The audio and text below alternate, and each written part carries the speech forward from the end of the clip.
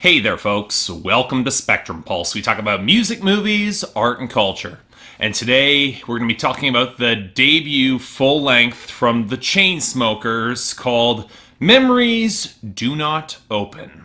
There's a part of me that thinks that this is all my fault. See, I reviewed the Chainsmokers' second EP, Collage, last year, and I made the statement that the EDM duo would never release a full-length debut album, mostly because there was no need for it. After all, this was a duo of frat guys who treated music more like a marketing gimmick to get laid, freely admitting to being inspired by Jeremy Piven's character from Entourage, and project noxious ideas about women and relationships against their increasingly anonymous brand of EDM. Less artistic endeavor than calculation, it was a sort of utterly cynical and pedestrian music that would be gross and offensive to any sane sensibility if it bothered to have any distinct personality in any way, shape, or form. And yet, it seems like in the build-up to this debut album I never saw coming, down to the subject matter of the singles, that the Chainsmokers were trying to blunt some of their previous reputation, or at least extend a long con that they've run on the audience just a little bit longer as their 15 minutes tick down. They seem to be trying to cultivate a more earnest and sincere image and shove their brand of ironic obnoxiousness down the memory hole. Hell, look at the title of this album. And the depressing fact is that for most of the mainstream public, it seems to be working. Despite atrocious live performances and increasingly stale EDM drops, they're still selling a lot of records. And I would put money on this project breaking a song or four onto the Hot 100 in a week or so, which is just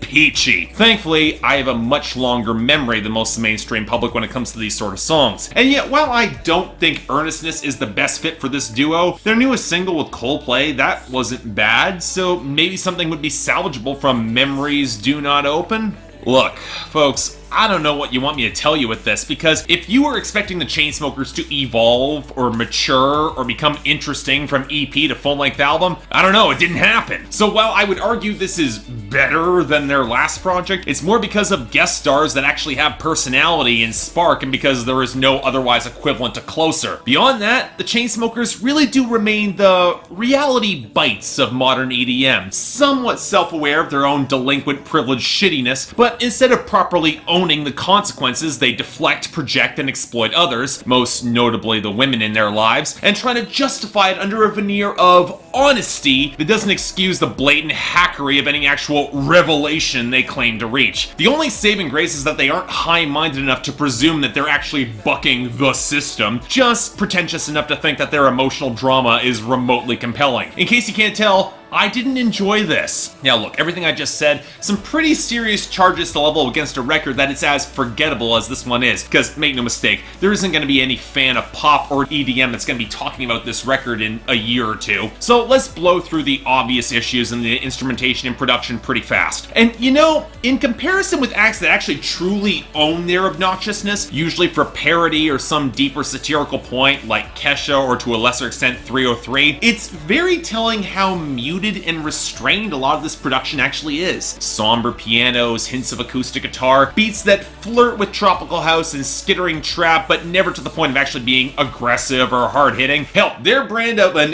indie rock song on Break Up Every Night features some of the most gutless electric guitars I've heard since Metro Station. And even the majority of the drops are a 2 to 3 note progression that rarely steps into aggressive dissonance to resolve into anything that's powerful. Of course, they've got the tones that sound like various forms of synthesized flatulence, like on It Won't Kill Ya or Wake Up Alone, especially on the outro there that tried to go for a chopped and screwed thing that did not work at all. But when you get a song that actually is trying for soaring power, like something just like this, their drops are so bland and recycled from other songs that I get nothing all that special. At least Don't Let Me Down, it had a sweeping shift on the bridge, and Roses cycle through a half dozen different tones. There is nothing here that shows that much effort or experimentation. And what blows my mind is how cheap it can all sound. Beyond the fake chintzy horns that showed up, that's not real, you can't fool me here. I heard better synth production from Owl City 8 years ago than what we get on Last Day Alive, which features the country duo Florida Georgia Line and manages to make them sound completely anonymous through autotune against a lot of tiny little trap hi-hats. Along with being the furthest thing from country, this better not get airplay on country radio. Now, I'm not gonna say that all the melodies or hooks don't work. Paris and Something Just just like this, they're salvageable as singles, the latter mostly for Coldplay's guitar solo on the outro that the Chainsmokers seem embarrassed to even acknowledge, as are a few of the wiry touches in the synth and bass on Don't Say. But none of it has any actual significant groove or flow or makes you actually want to dance, something that even Calvin Harris had managed to figure out by now. But again, none of this should be all that surprising to anyone who's been listening to the Chainsmokers recently or who saw my last review, or that frontman Andrew Taggart has no significant charisma in order for us to buy into his more sensitive tracks. It's actually a little bit startling how often he is shown up by so many of his guest stars, the most stark being Chris Martin of Coldplay, who has far more skill at sounding earnest, or Emily Warren. She's not bad at playing the girl who is entirely too exasperated and done with our frontman making excuses, but it'll go a few songs later and of course she still wants this guy. Hell, this album utterly wastes Jhené Aiko on Wake Up Alone, where despite being successful, she's still plaintive and hoping the guy still stay the night with her and that she doesn't wake up alone. I mean, did any of the Chainsmokers even listen to Sold Out or even 2088? How in the nine hells does this fit with any of Jhené's established and considerably more complex artistic persona? It doesn't work! It calls to mind something that I've consistently observed with the Chainsmokers and gender dynamics and how they write songs for women singers versus the ones they write for guys. Men, they're allowed to be sensitive and earnest and thus deserve all sorts of sympathy and consideration and all the pussy for being honest. And the girls, they're then framed as either being cold-hearted and not putting up with all their excuses, or so plaintive and desperate and needy for those bad boys where they'll make every excuse for thus being mistreated by them. Emily Warren plays both parts on Don't Say and My Type, but even where she sings backing vocals on Paris, it's implied in the subtext as he's gonna keep sleeping around. Or especially for Louane doing her Alessia Cara impression and It Won't Kill Ya. And then you get songs like Break Up Every Night, where the girl is so crazy she breaks up with him every night and then fucks him back to life later, and he's just enjoying the ride. It's implying a lack of emotional intelligence in a lot of these women that just feels fundamentally dishonest in its framing. It's an awful sort of wish fulfillment at that. At least hair metal wasn't this blatant and emotionally manipulative, but again,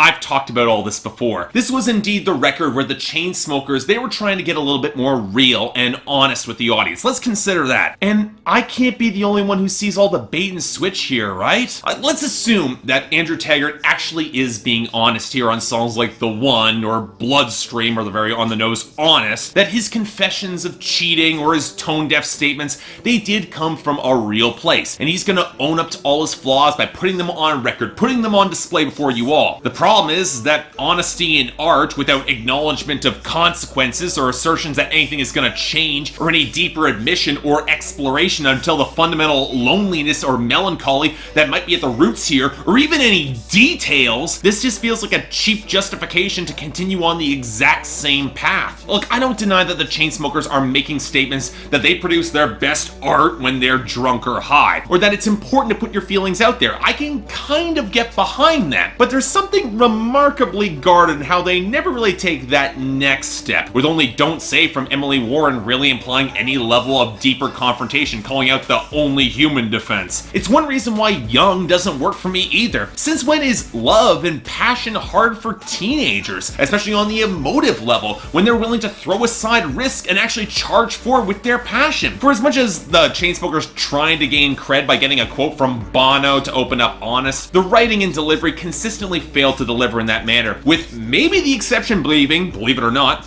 Break Up Every Night. Yeah, the behavior is awful, but Andrew Taggart playing the bemused guy chasing melodrama, that feels more honest than any sort of this morose, turgid melancholy that they can't contextualize or explain. Hell, it might as well be the most honest song here, and isn't that something twisted? Well, you know what? Even in a more twisted way, it all makes sense. To bring it all back into quote Lindsay Ellis's scathing and really quite excellent video review of Reality Bites, being privileged does kind of suck. It sucks because it's confusing. You feel discontent, you want to whine about your discontentment, but you don't know what to whine about, so you end up making shitty movies like Reality Bites to validate your shittiness. And if that's not at the roots of any thematic arc behind Memories Do Not Open, the debut album from the Chainsmokers, I can't tell what is. And just like that movie, this debut feels stale, corporate, utterly derivative in its composition, and designed to pander to an audience who really does deserve a lot better. I'm inclined to be charitable, seeing as these guys are already perilously close to the backlash zone of overexposure in popular culture right now, and there are a few songs that are mostly tolerable and not quite in the realms of awful that Closer was, but I'm not being